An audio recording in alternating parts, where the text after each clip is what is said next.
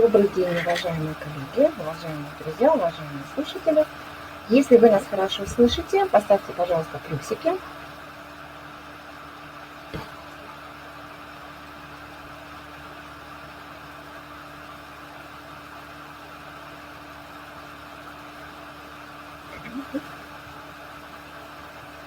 Замечательно.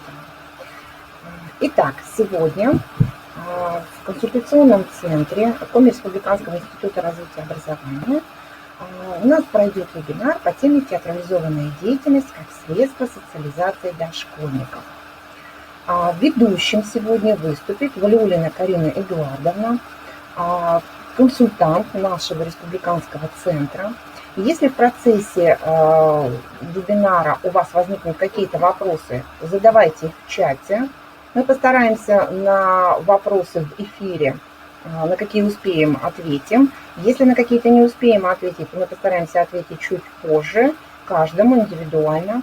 Если у вас возникнут какие-то индивидуальные вопросы непосредственно к Карине Эдуардовне, вы можете записаться к ней через наш консультационный центр и задать свой вопрос. Итак, я передаю слово Карине Эдуардовне. Доброго дня. Надеюсь, что данный материал будет для вас интересен и полезен. Сегодня в ходе вебинара мы рассмотрим один из актуальных вопросов – это социализация детей дошкольного возраста. И темой нашего вебинара будет театрализованная деятельность как средство социализации дошкольников. Всем еще раз добрый день. Итак, перейдем непосредственно к теме и разберем все от А до Я. В чем же заключается проблема, которую сегодня мы берем за основу?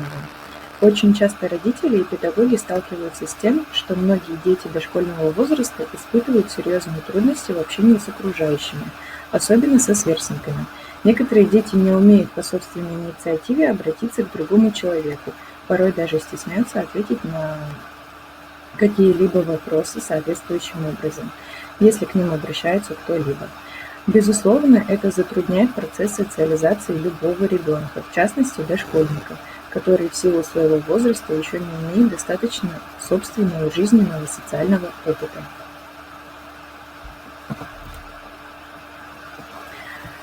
Итак, что же такое социализация? Для многих это очень знакомый термин, давайте же разберем его более подробно. Социализация – это процесс становления основ ценностного отношения к элементам социальной культуры. Как же ценностные отношения должны сформироваться у ребенка и какими же они должны быть? Первое – это толерантность к людям разных национальностей, возрастным и гендерным ценностям, социального положения и так далее. Это спокойное и терпимое восприятие чужих традиций, правил и норм поведения. Толерантное отношение не подразумевает, что нужно разделять чужое миропонимание или жить по чужим правилам. Никто не должен жертвовать своими принципами. Толерантность лишь подразумевает, что все люди равны и могут жить так, как они хотят. Разумеется, пока не нарушат чьих-либо прав. Второе – это бережное и уважительное к собственным этническим ценностям и достояниям истории. И третье – это гуманное к людям, природе, окружающему миру. Первое знакомство с социальной жизнью у детей происходит в дошкольном возрасте. То есть мы можем уверенно сказать, что все эти ценности формируются у деток именно дошкольного возраста, в момент, когда они уже всецело познают мир вокруг. В данной ситуации дошкольная образовательная организация, как социально-педагогическая система, входящая в состав социального института образования, является начальным этапом. И это не стоит забывать. И важную роль в социализации дошкольников играет семья, как основной социальный институт, где ребенок получает первые знания о себе. Ведь именно эти знания в дальнейшем лягут в основу формирования его самооценки и личности. Надеюсь, тут у нас все понятно. Переходим к следующей части. Что же такое социум для ребенка? Социум – то, что необходимо познать ребенку. Что же это такое? Это человеческая общность, специфику которой представляют отношения людей между собой, их формы взаимодействия и объединения. Именно для ребенка социум – это родители, педагоги-воспитатели и сами дети-сверстники дошкольников. Конечно, помимо знакомства с социумом в детском саду расширяется и предметный мир ребенка, ведь за пределами дома он видит множество новых созданных человеком вещей, узнает об их свойствах и применении. Кроме того, в дошкольном учреждении, помимо впитывания всего нового, у ребенка появляется возможность раскрыть и проявить свою индивидуальность.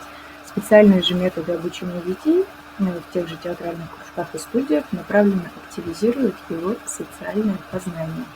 То есть чем активнее ребенок познает мир, чем понятнее он для него становится, тем лучше и ярче раскроется его индивидуальность, тем проще ребенку уже на более взрослой ступени младшего школьника, и где он сможет полноценно быть готов к изучению чего-либо нового.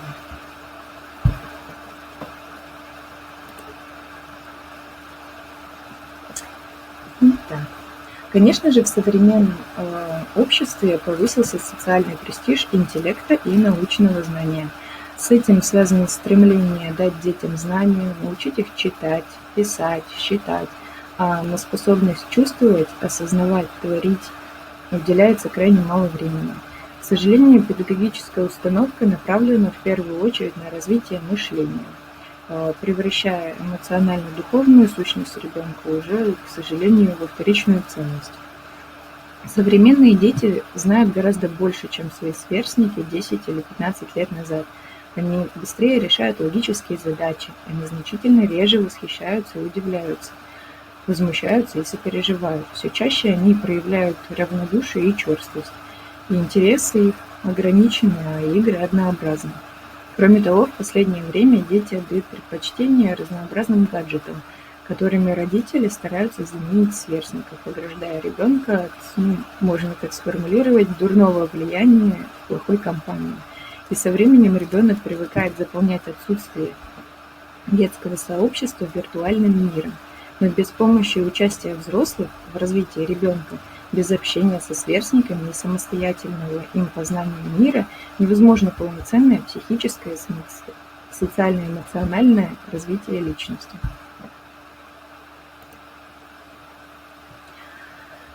Существует другая важная проблема, волнующая педагогов и психологов. В настоящее время, в период психологической адаптации ребенка к школе, у 67-69% детей возникают страхи, срывы, заторможенность и суетливость.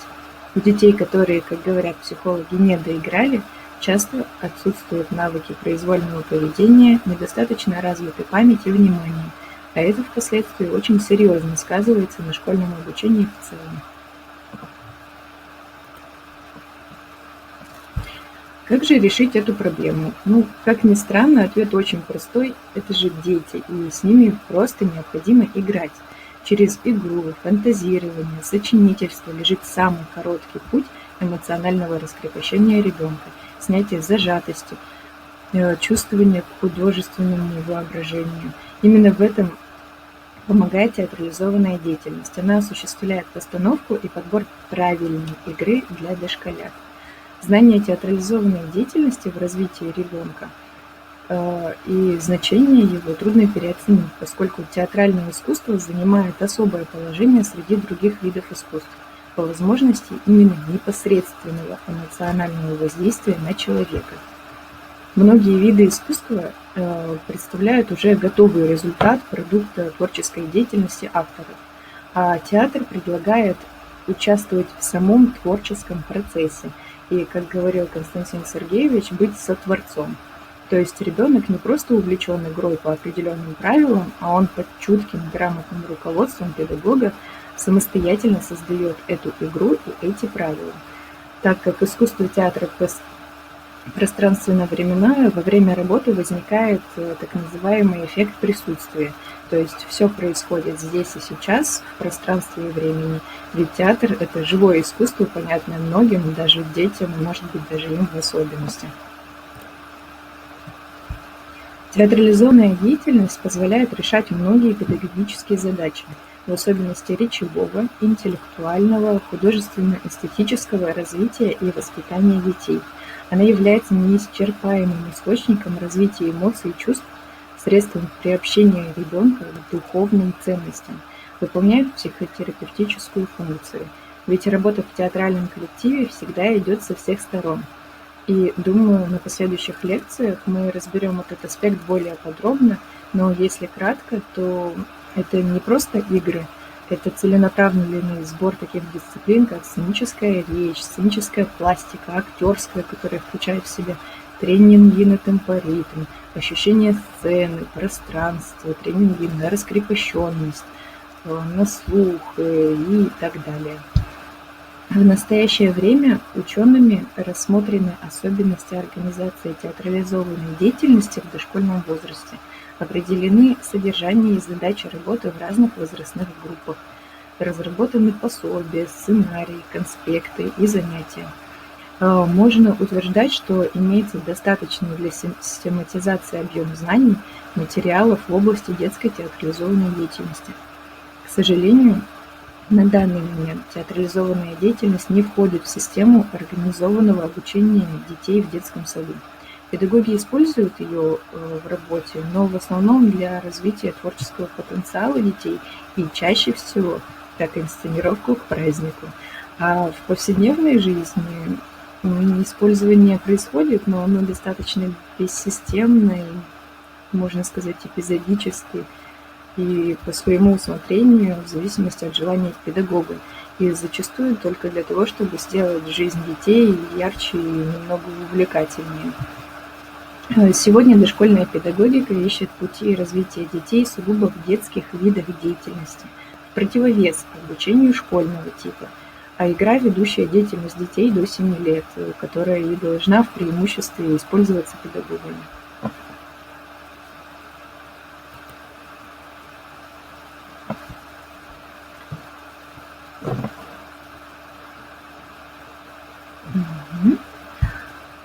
Итак, Выгородский говорил, что не стоит забывать, что основной закон детского творчества заключается в том, что ценность его следует видеть не в результате, а в продукте творчества. Важно то, что они создают, творят, упражняются в творческом воображении и его воплощении. Театрализованная деятельность, являясь разновидностью игры, изначально носит синтетический характер. Это литературный текст, звучащее слово, пластика и действия актера, его костюмы, изобразительное пространство сцены, свет, цвет, музыка. Детский театр позволяет педагогу решать задачи не только исполнительского характера, но и познавательные, социальные, эстетические, речевые. Это следует учитывать при организации театрализованной деятельности в дошкольном учреждении. Для активизации социального познания дошкольник должен пройти и пережить особо важные ступени социализации. Поэтому основной театрализованной деятельностью являются именно театрализованные игры, где дети примеряют на себя множество разных ролей, посредством чего и упрощается их изучение окружающего их мира. Что же такое у нас театрализованная игра и чем она отличается от обычных и почему для нее требуется наставление педагога? Это, наверное, самые часто задаваемые мне вопросы. Итак, театрализованная игра, ее можно рассматривать как моделирование жизненного опыта людей, как мощный психотренинг и средство самовыражения и самореализации ребенка в детском коллективе и общении со взрослыми. Именно в условиях игры развивается самостоятельность и инициатива, тренируется способность взаимодействовать с людьми, находить выход в различных ситуациях и уметь, конечно же, делать выбор. Благодаря театрализованным играм осуществляется всестороннее развитие детей, ведь во время игры они знакомятся с чувствами, с настроениями героев, осваивают способы их внешнего выражения, осознают причины того или иного настроения, распознают эмоциональные состояния человека по мимике, жестам, интонации, учатся находить адекватные способы содействия. В процессе организации театрализованных игр у детей развиваются и организаторские умения и навыки, совершенствуются формы, виды и средства общения, складываются и осознаются непосредственные взаимоотношения детей друг с другом, то есть приобретаются коммуникативные умения и навыки. Дети учатся общаться друг с другом и взаимодействовать напрямую для достижения общего результата. В такого рода играх дети учатся воспринимать и представлять информацию, передавать ее друг другу, ориентироваться на реакции собеседников, на реакции зрителей и учитывать их и свои собственные действия. То есть особенно это важно для того, чтобы суметь быстро сориентироваться и овладеть собой в трудной ситуации, которая может сложиться, даже во время выступления. Например, кто-то из участников забыл свои слова или перепутал очередность. И детям необходимо чувствовать и понимать друг друга для того, чтобы друг другу помогать. И, конечно, полноценное участие детей в игре требует особой подготовленности, которая появляется и проявляется в способности к эстетическому восприятию искусства, художественного слова, умение вслушиваться в текст, умение управлять интонациями, особенности речевых оборотов.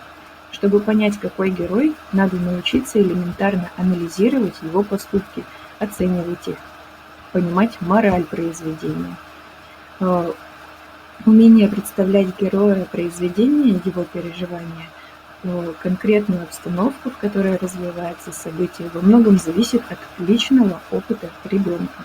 Чем разнообразнее его впечатления об окружающей жизни, тем богаче его воображение, чувство, способность мыслить.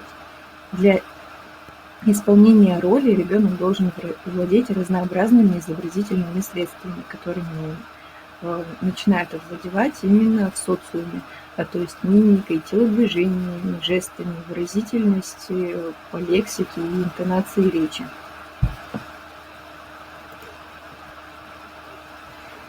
Роль педагога или родителя в организации проведения таких театрализаций очень велика. Она заключается в том, чтобы поставить перед детьми достаточно четкие задачи, незаметно передать инициативу детям и умело организовать их совместную деятельность и направить ее в нужное русло.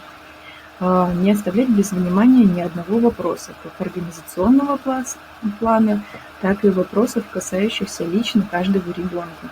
То есть он может задать вам абсолютно любой вопрос и должен найти отклик на трудности, с которыми он столкнулся. Педагогу очень важно осуществить индивидуальный подход к каждому ребенку.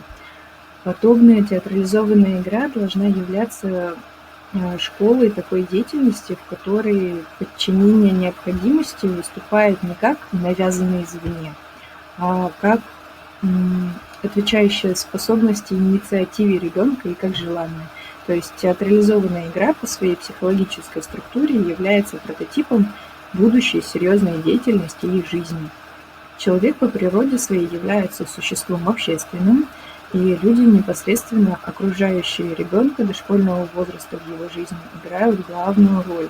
Это родители ребенка, педагоги, сверстники, все факторы, описывающие случаи вынужденной изоляции маленьких детей, так называемых детей Маугли, указывают, что такие дети никогда не становятся полноценными людьми.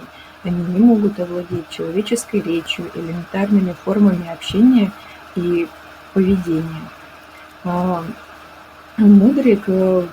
Анатолий Викторович Мудрик выделил 3 группы задач, которые решаются на этапе социализации дошкольника. Это первое, естественно, культурные задачи, связанные с достижением и определенного уровня физического и гендерного развития. Второе – это социально-культурные, определяют познавательные, морально-нравственные, ценностно-смысловые аспекты вхождения дошкольника в социум. И социально-психологические, связанные с становлением сознания личности ребенка. Реализация этих задач в работе с воспитанниками осуществляется как организация мероприятий на групповом дошкольном городском уровне. Работа проводится при тесном сотрудничестве родитель-ребенок-педагог. В настоящее время прослеживается нехватка общения детей с родителями, Стремление взрослых в необходимости зарабатывать для детей деньги привело к наличию у них нескольких рабочих мест и даже к работе в выходные дни. Отношения с детьми часто сводятся к стремлению накормить, одеть, отвезти в детский сад, забрать из детского сада, придя домой, спросить, что ты ел, выходил ли гулять, почему испачкал одежду, а зачем поставить ребенку для просмотра мультфильм или дать планшет с набором разных игр.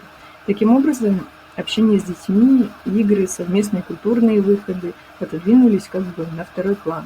И привлечение родителей к театрализованной деятельности способствует сплочению родительского коллектива в дом, что в свою очередь позволяет создать единое пространство для развития, воспитания и социализации детей. То есть совместная театральная игровая деятельность – это как уникальный вид сотрудничества. В ней все равны – ребенок, педагог, родитель. Играя вместе со взрослыми, дети овладевают ценностными навыками общения. В общении, в свою очередь, это умение слышать друг друга с обратной связью. Театрализованная деятельность позволяет родителям больше общаться с детьми, так как любая театральная постановка требует много усилий всех участников. Проведение репетиций, изготовление атрибутов, костюмов, каких-то выдумок по сценической пластике, по речи.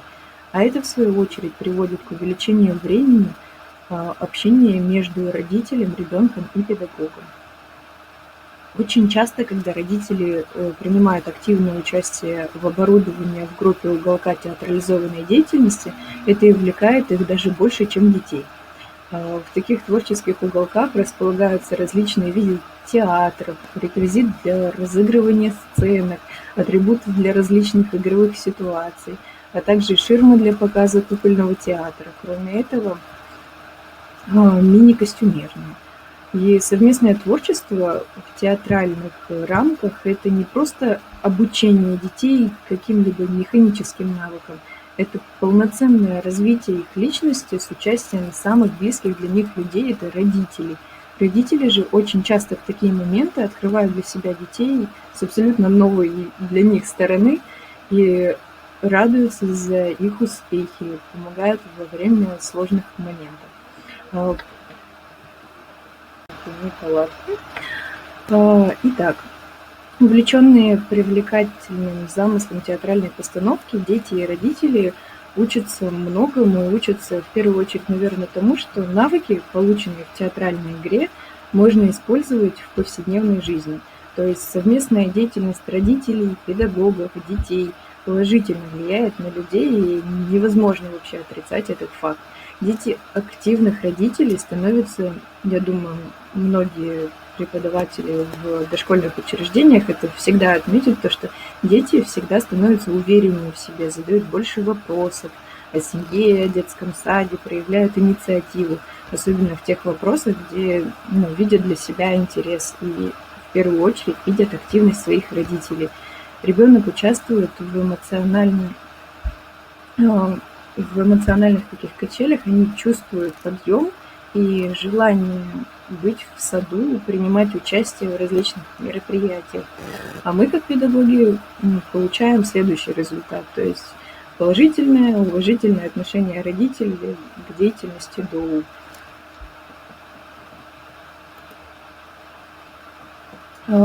Давайте с вами рассмотрим самые такие простые, понятные для детей дошкольного образования виды театров. Это, конечно же, настольный театр, то есть это театр, в котором очень легко играть, особенно большим количеством детей, которые их завлекает. Это фонолиграф для детей, скорее, более младшего возраста, потому что он мягкий, у них развивается мелкая моторика, ощущения. Также, конечно, это конусный театр, пальчиковый театр и самый распространенный в детских садах – это театр в лицах. Он самый полюбившийся детям, они обожают принимать на себя какие-либо образы для того, чтобы соответствовать поведению тех или иных героев. Также есть теневой театр, театр на трубочках, это более такой, даже можно сказать, домашний театр. И плоскостной деревянный театр, он в основном Есть разные фигуры, дети занимаются по-разному, но чаще всего он ориентирован на малые группы. Итак, давайте же подведем итоги. Театральная деятельность, она все же напрямую влияет на развитие дошкольника. То есть она является одним из самых простых и увлекательных способов для их развития, социализации в этом мире. Большим преимуществом является то, что все занятия можно проводить только в форме игры. А как известно, что ведущий вид деятельности для детей этого возраста, конечно же, сама игра и является. В игры можно вкладывать разнообразные тренинги, обучать детей, помогать им изучать мир, понять какие-то непонятные для них вещи, сделать мир для них легкодоступным и понятным для того, чтобы им проще было ориентироваться и понимать, что же происходит в этом мире. Тем более, что игра – это самый легкий и понятный для них способ. Так как на данный момент многие находятся на самоизоляции, и дошкольные образовательные организации, творческие объединения и кружки, к сожалению, закрыты, хотя, возможно, не во всех городах, но в большинстве, с которыми мы сотрудничаем, я могу предложить вам тренинг-лист для детей дошкольного возраста, который содержит тренинги и занимательные легкие игры, чтобы вы, как родители, смогли самостоятельно попробовать и провести досуг с детьми, развлекаясь и обучая их одновременно.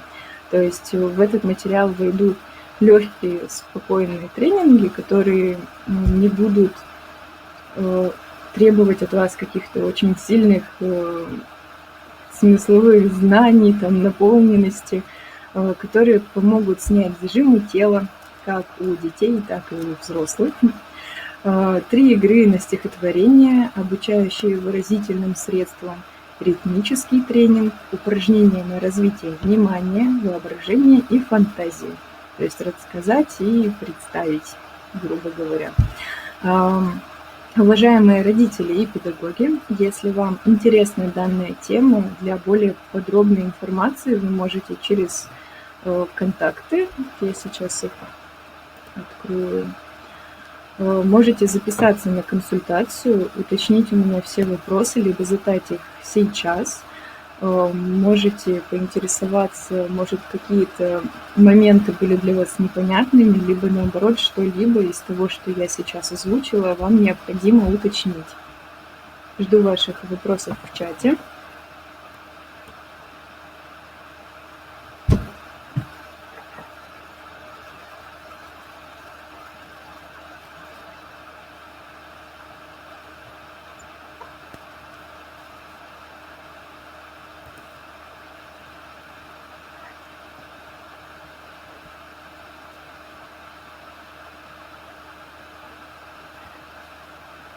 Давайте, пока у вас есть еще немного времени со мной, я могу представить вам тренинг-лист, рассказать о том, какие именно туда входят тренинги для домашнего досуга.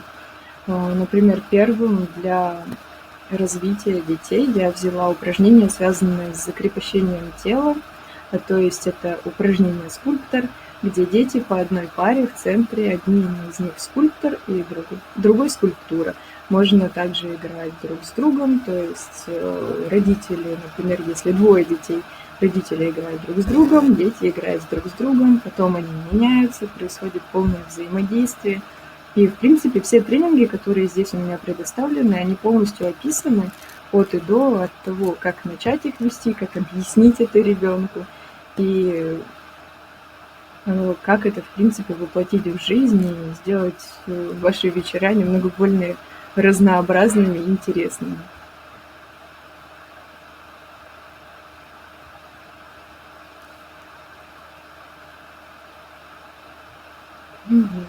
Ну, к сожалению, ваших вопросов на данный момент я не вижу. Большое спасибо вам за то, что вы уделили мне свое время, за ваше внимание, за ваши отклики.